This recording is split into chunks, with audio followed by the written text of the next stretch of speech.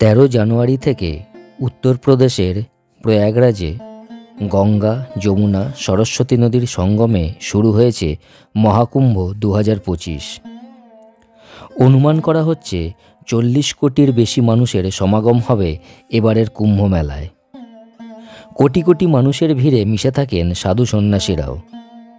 কুম্ভ মেলায় পুণ্য স্নান, মোক্ষলাভ, সাধুসঙ্গ সব কিছু থাকা সত্ত্বেও বরাবর আকর্ষণের কেন্দ্রবিন্দুতে যারা থাকেন তারা হলেন নাগা সাধু।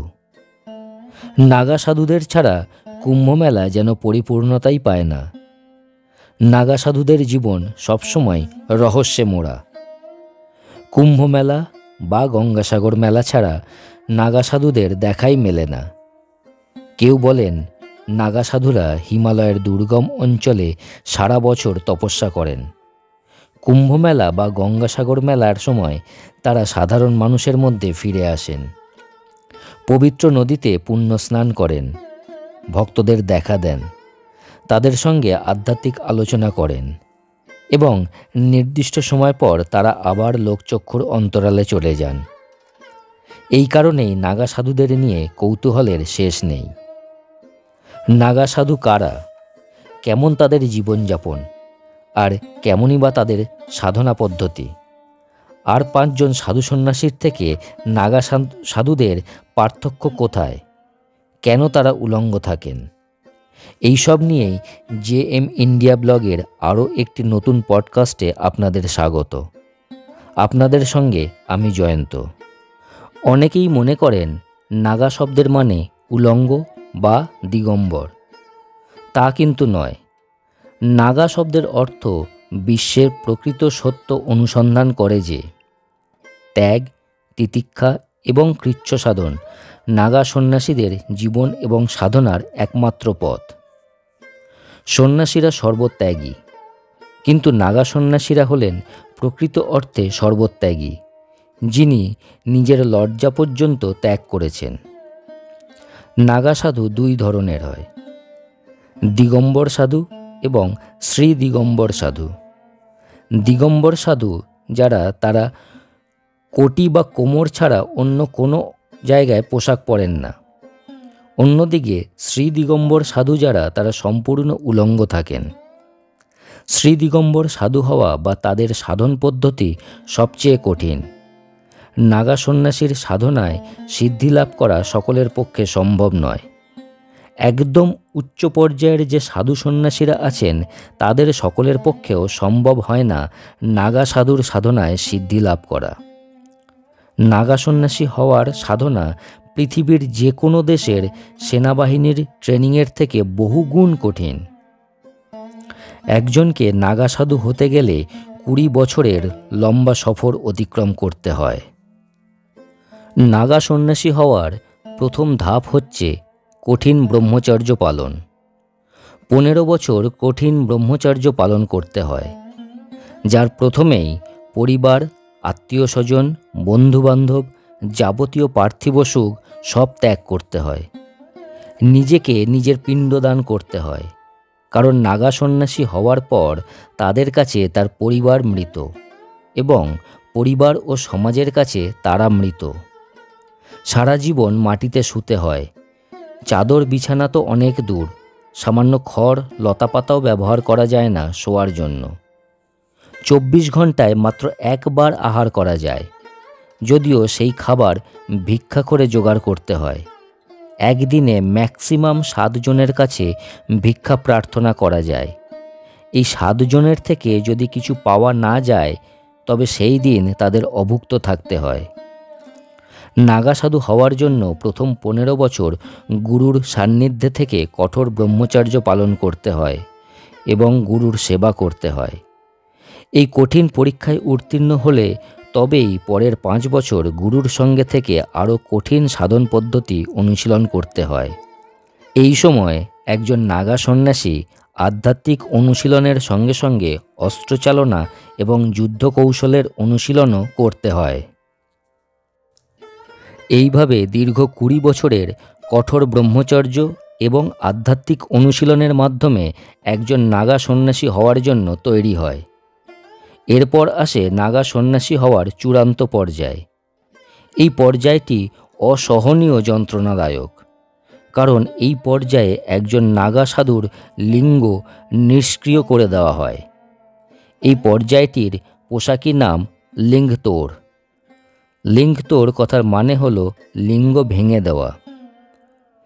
এখানে একটা কথা বলে রাখি যে এই লিঙ্গতোর প্রক্রিয়াটি করা হয় সম্পূর্ণ সজ্ঞান অবস্থায়।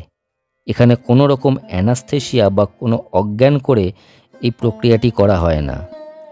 এর ফলে নাগা সাধুটিকে কয়েক সপ্তাহ ধরে অসহনীয় যন্ত্রণা সহ্য করতে হয়।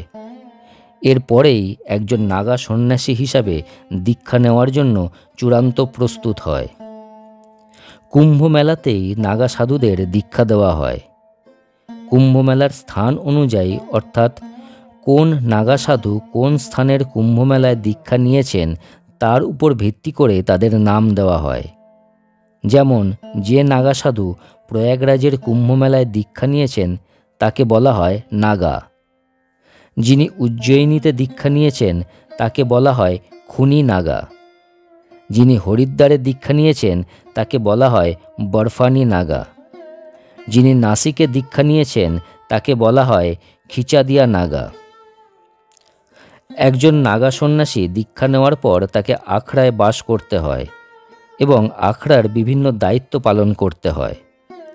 আখড়ায় নাগা সাধুদের বিভিন্ন পদে বহাল করা হয়, যেমন পুরোহিত, কোতোয়াল, ভান্ডারী, কোঠারি, সচিব ইত্যাদি। এর মধ্যে সচিবের পদটি সবচেয়ে গুরুত্বপূর্ণ বলে মনে করা হয়। নাগা সন্ন্যাসীদের সৈনিক সন্ন্যাসী বা সাধুদের সামরিক সম্প্রদায় বলা হয়, কারণ তারা দেশ এবং ধর্ম রক্ষার কারণে অস্ত্র ধরতে পারে। প্রয়োজনে তারা প্রাণ দিতে এবং নিতে পারে। নাগা সাধুদের মোট 7টি আখড়া আছে। সেগুলো হলো পঞ্চদশনামী জুনা আখড়া, নিরঞ্জনী আখড়া, মহানির্বাণী আখড়া, অটল আখড়া, অগ্নি আখড়া, আনন্দ আখড়া এবং আবাহন আখড়া। একজন নাগা সন্ন্যাসী তার সারা শরীরের ছাই ভস্য মেখে থাকে। এই ছাই কোনো সাধারণ ছাই নয়, এই ছাই হলো মানব দেহের ছাই। তবে কেন নাগা সন্ন্যাসীরা চিতার ছাই শরীরে ধারণ করেন তার প্রকৃত কারণ অবশ্য জানা যায় না। আপনাদের মধ্যে কেউ যদি এর কারণ জেনে থাকেন তবে কমেন্ট করে জানালে বড় উপকৃত হব।